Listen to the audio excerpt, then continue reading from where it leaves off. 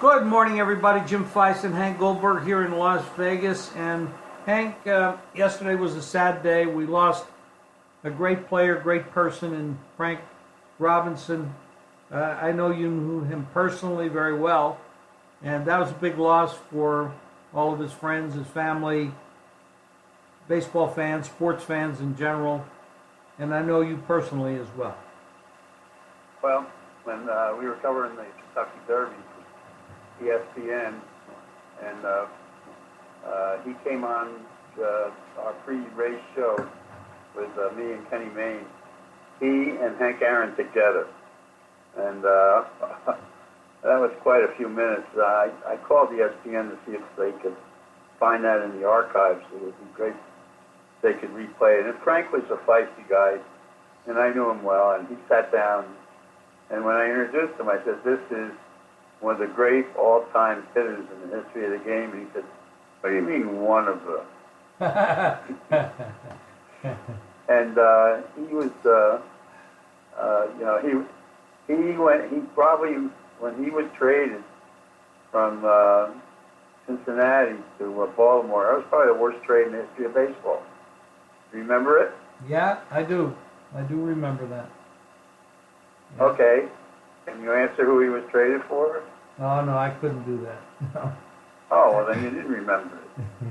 That's why, that's how you play this game. Well, I remember it happening, but I wasn't that big of a baseball fan in those days, and I just don't recall. He was traded straight up for Milt Pappas. Ah, okay. That didn't work out that well. And that's an understatement.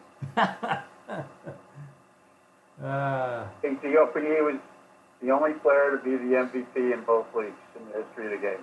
What year was that, Hank, when that happened? 74, I think. Yeah. Yeah. Well, we lose the great ones, getting to that point where they pass away. And what was he, 82 years old? 83. 83? Now, you said you saw him. He had cancer, and he did. It had gone away, and then it came back. And he had a wonderful family, and he was, he was the first black manager in the history of the game. And he could really hit the ball. To be there in the company of him and Hank Aaron.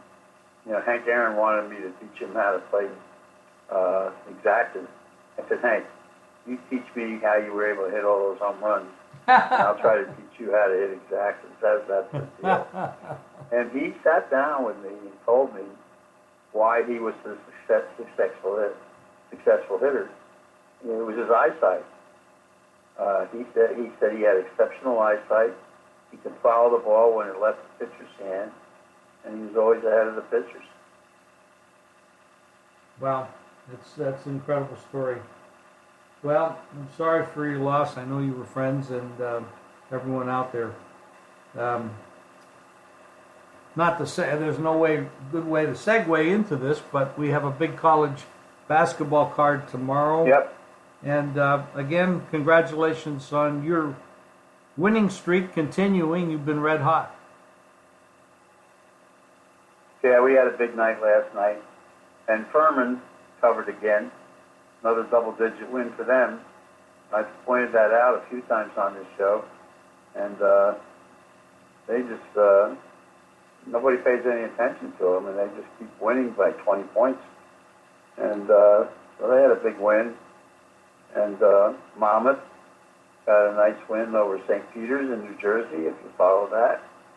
It was a close game, but they won by 2. They were a short dog. So you got to look at some of those. I know you look at a lot of those games. And I bet a lot of those games, but I don't give them out very much because so many people have trouble getting them. I get a lot of complaints, and really, people should get offshore accounts if they can't find those games. They should get some offshore accounts. Because most of those are posted on offshore accounts, but not always in the locals. So yeah, these teams do cover, and they're money making machines, and Hank and I both take advantage of it. But it's too bad they're not up everywhere. Well, there were some pretty good games last night. This is a big weekend because you got Duke playing Virginia. Kentucky's got a big game in their conference, so there'll be a lot of interest in those. Auburn has kind of bounced back. Villanova's got a big game, and they're like in a pick'em situation in their game this weekend against a team that has kind of fallen back a little bit. But they're pretty tough, and they're coached by Wojciechowicz. He'll have his team ready. He's got that Duke background. And so those are games to look forward to. Something else I'm going to be interested in, I'm working for CBS on Saturday morning, and they want me twice next week. And they want me to start taking a hard look at the new football league, mainly because I know the coaches so well. Rick Neuheisel and I got to be friendly when he was appearing at the Preakness one year, and I was there and making an appearance, and also working for ESPN that weekend. And Rick kind of cozied up to me and asked me how I could help him with the betting on the card, which I did. We became friends, and because I gave him some winners. And then Steve Spurrier and I go back a long way, and Coach Spurrier was at that same event. And I remember when I walked into the party tent, he came up and gave me a big hug. I was blown away by that. And but we had a good afternoon that day. And he's coaching in this league. Dennis Erickson, former University of Miami coach, coaching the Utah team. Mike Matz, when he was coaching the Rams, I covered them a lot when I was on Countdown. And Mike, I got Mike's Derby tickets for a couple of years. So I have relationships with all these coaches. And, of course, I know Bill Polian very well. So they want me to dig in and take advantage of those connections and see what I can find. Yeah, and they got some pretty good teams. And I think that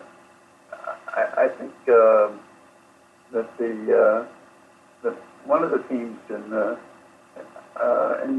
Southeast, they put together a pretty good squad. They got a couple of good quarterbacks. One of them actually played in the NFL last year. And I don't know what the Spurrier has. And, I know he's been playing a lot of golf. But we'll see. Dennis will work hard. I'm sure of that. Neuheisel's team is good. He's got a real good squad. Keep an eye on them early. Well, you got 8 teams, and they're going to play a 10-week season and have playoffs at the end of April. And I guess they might have that playoff, the championship game here in Vegas. Yes, they are. Okay. That's interesting. Yeah, well, it's nice to have a competitor out there and to have a little bit more football. So I go back to... Well, you know something? The NFL is behind this league. They're not... they see it as a developmental league, and so they're not really a competitor. And they put some of their players behind it, and they're going to use... they're allowing them to sign players who are already working with teams that they have under contract, and so it's not a competitive situation. Then their schedules don't conflict, and they've got so many. With Bill Polian running the league and Eversole, the founder, it's a real friendly situation, and the NFL is not at all nervous about it. It's not competitive. Well, that's good. That means it might last. And we've had some other leagues in the past. We talked about a little bit the other day, going back into the 80s and stuff, and the USFL, and they tried to compete with the NFL, didn't work out very well. But now, if they have the support, which you say they do, and that's great, it might last a while. I think everybody likes to see a little bit of football throughout the year. I know you can't, the NFL players can't play all year round, but you can get some others out there. That's good. Carl Peterson was the name I was trying to think of, who ran the Philadelphia organization and wound up running the Kansas City Chiefs after that league folded. And Carl had Dick Vermeil working for him in Philadelphia, and they had a real good team. And there was some, well constructed organizations in Tampa, and of course they had Herschel Walker in New Jersey, and so there was a decent team in Los Angeles where you had some great players. Steve Young was in that league for a while, and it was kind of a fun league to watch.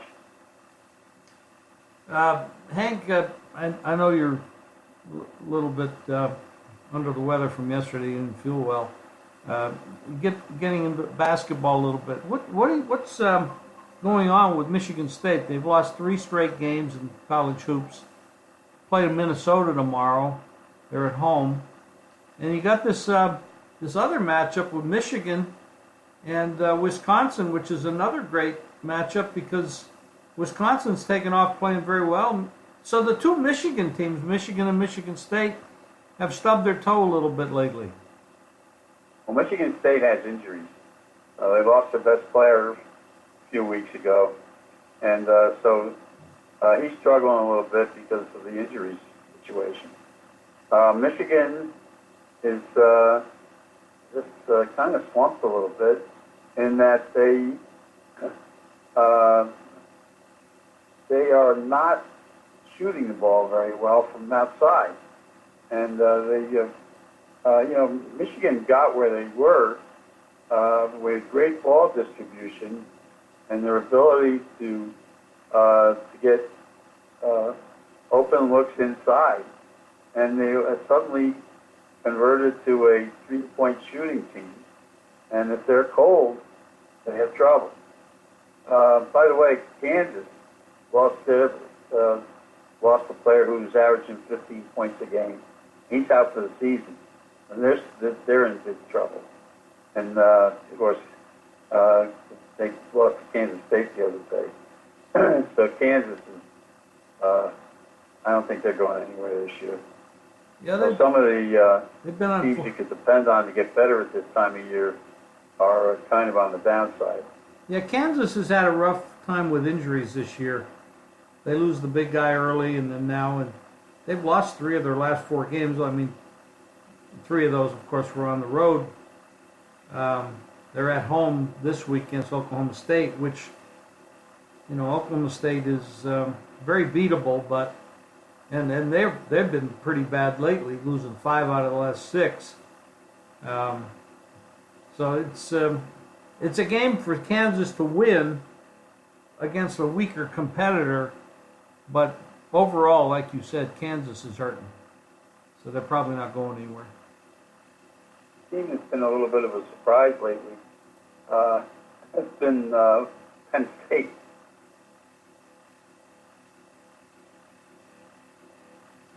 You there, Hank?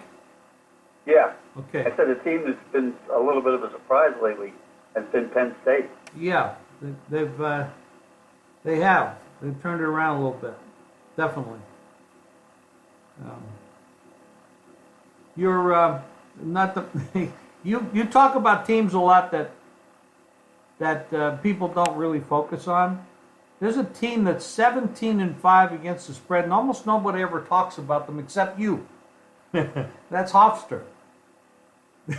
Yeah. 17-5 against the spread. ATS, it's a money machine.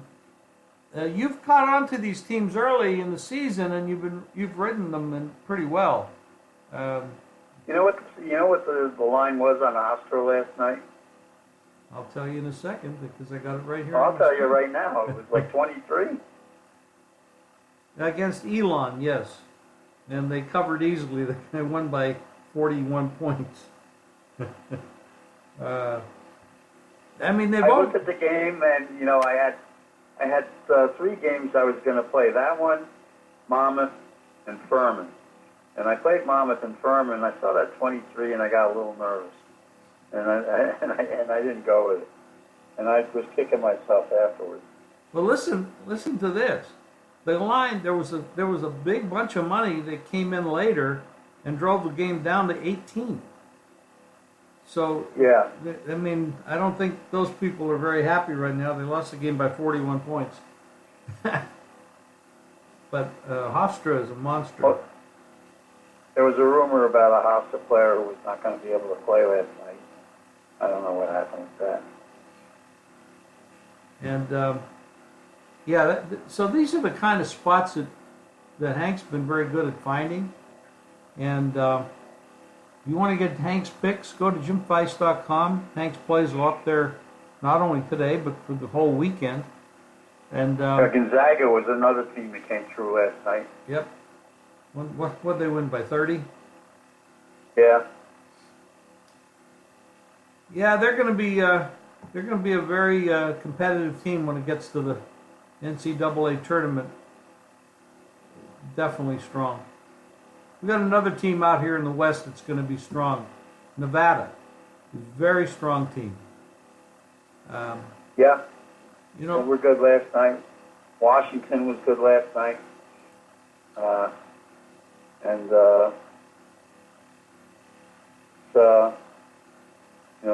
These are teams you can pretty much rely on right now. that's true. Well, Hank, you have a good weekend. Anything else you want to talk about before we sign off? Just the new league starting up this weekend. You can watch that. And, it's on the good networks. It's not buried. They're starting off the right way. And, big-time college matchups. Excuse me. And outside of that, NBA, none of those trades. There were a lot of trades. But the big one didn't materialize with the Lakers. Where Lonzo's father's popping off again. Yeah, he figured eventually he would come out of the woodwork and do something. But Rondo hit a big shot last night. Lakers against Boston hit the shot at the buzzer and beat his old team, and I'm sure that made him very happy. Huh. Yeah. There were some trades in the East. Some of those Eastern teams are starting to look pretty strong. Philadelphia made some additions. Milwaukee made some additions. Toronto, they added Gasol. That's big. Those Eastern playoffs are going to be very, very interesting to watch. Very competitive. And Milwaukee's on a big run right now. And, Indiana has been playing decently. And, it's pretty good. And, of course, out west, you've got the usual suspects. Yeah, it's going to be very interesting when we get to the playoffs. Now, when we get through the All-Star break, things will get a little bit more serious with some of these clubs, and there'll be a lot more interesting basketball. But the colleges right now take center stage. There are some great games tomorrow and Sunday. So stay tuned for that. Go to jimfeist.com for everything you need. Podcasts, articles, picks. Hank, have a great weekend. Feel better. And we'll talk to you Monday. All right. Thanks, Tim. Thanks, Hank. Bye-bye.